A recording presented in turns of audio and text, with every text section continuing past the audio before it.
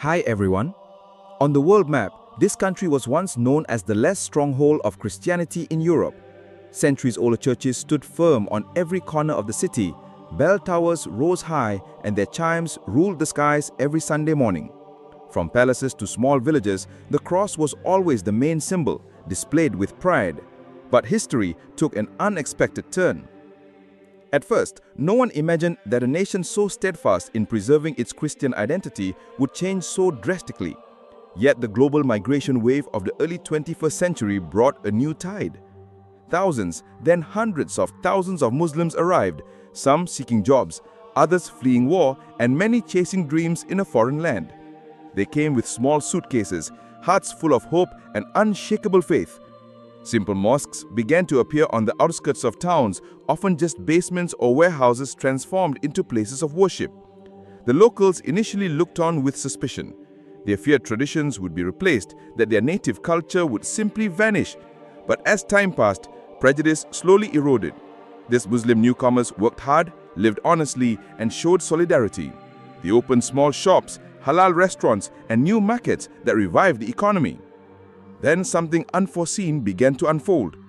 Young people from Christian families, thirsty for meaning in life, started to feel drawn to the recitation of the Quran. Some even slipped into mosques to learn.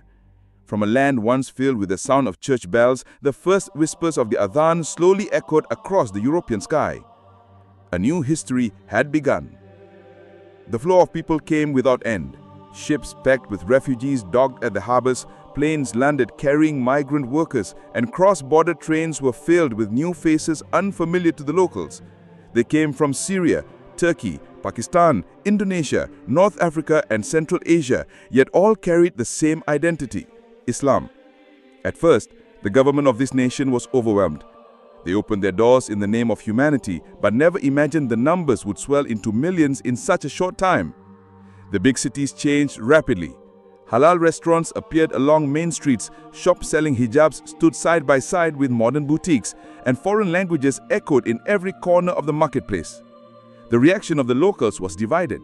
Some welcomed them with open arms because the arrival of migrants revived the economy that had once stagnated, but others felt threatened.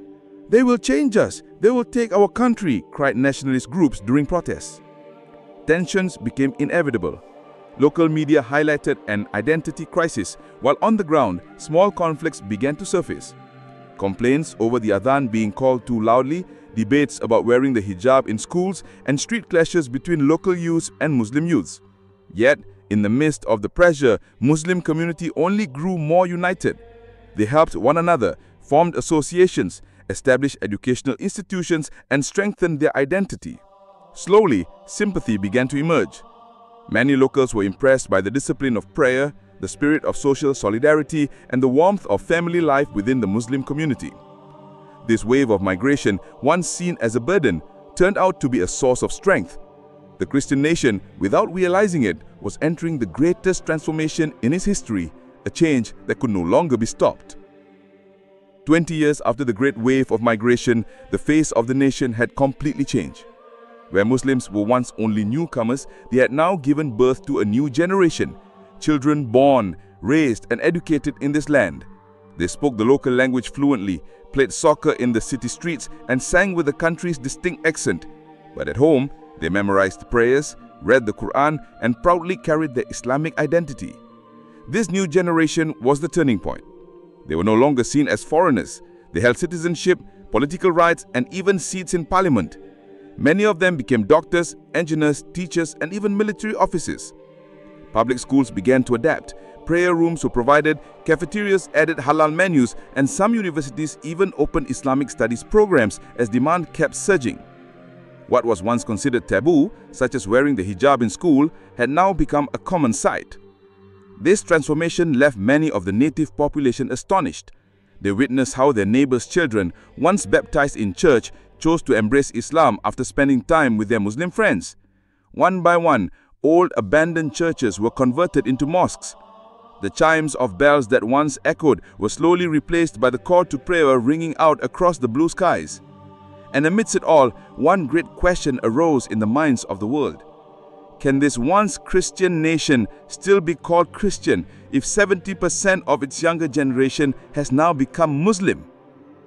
History records it that the greatest transformations of a nation do not come only from the streets but also from the halls of power. And that is exactly what is happening in this country now. When the Muslim population could no longer be ignored, political parties began to court their votes. At first, it was only campaign promises, adding halal facilities, protecting the right to wear the hijab, or building Islamic cultural centers. But over time, the Muslim vote turned into the decisive factor in elections. And then, the turning point arrived. For the first time in history, a locally born Muslim politician stood at the parliamentary podium as speaker. With a powerful voice, he declared, "This nation is our home. We are no longer a minority. We will build it together with the values of justice and brotherhood." The echo of his words ignited a sweeping change. Laws began to shift. Eid al-Fitr and Eid al-Adha were declared national holidays. Islamic banking was officially recognized and grew rapidly. Halal certification became the standard in marketplaces. Fierce debates even erupted when some politicians proposed that Islamic family law be included as one of the nation's legal references. The world was stunned. How could a country once called the heart of Christian Europe now transform into a laboratory of modern Islamic civilization? On the streets, grand mosques rose where abandoned churches once stood. In schools, the younger generation proudly greeted each other with salam. And in parliament, the adhan once heard only in narrow back alleys now echoed all the way into the chambers of power. But behind it all, resistance brewed. Nationalist groups, feeling cornered, began to strategize. To them, the nation was conquered without war. The clash of ideologies became inevitable. The transformation was moving swiftly. This was no longer merely a Christian country with a Muslim minority, it was a nation shifting into a new identity. That day was etched into history. The official Census Bureau announced its latest data. 90% of the nation's people now identified as Muslims. The news exploded across the world. International media covered it from various angles. A miracle of the modern age, a Christian nation transformed into Muslim. Europe now has a new Islamic center, the greatest identity shift in modern history. On the streets of the capital, the atmosphere was filled with emotion. From the towering minarets of grand mosques, the adhan resounded in unison, replacing the church bells that had dominated the skies for centuries. Thousands gathered in the central square, bowing together in the largest Friday prayer ever recorded in Europe. The nation had now earned a new title, the new Qibla of Europe. Not only because Muslims had become the overwhelming majority, but also because of the Islamic civilization they built, a stable Sharia-based economy, advanced education infused with Quranic values, and a social system grounded in solidarity and justice. The Muslim world rejoiced, hailing it as proof that Islam could flourish anywhere, even in the heart of what was once Christendom. Yet not everyone welcomed it in peace. The remaining nationalist groups still shouted defiantly, refusing to accept reality, claiming the nation had been lost. But history could not be reversed. The land once known as a Christian stronghold had now become a beacon of modern Islam.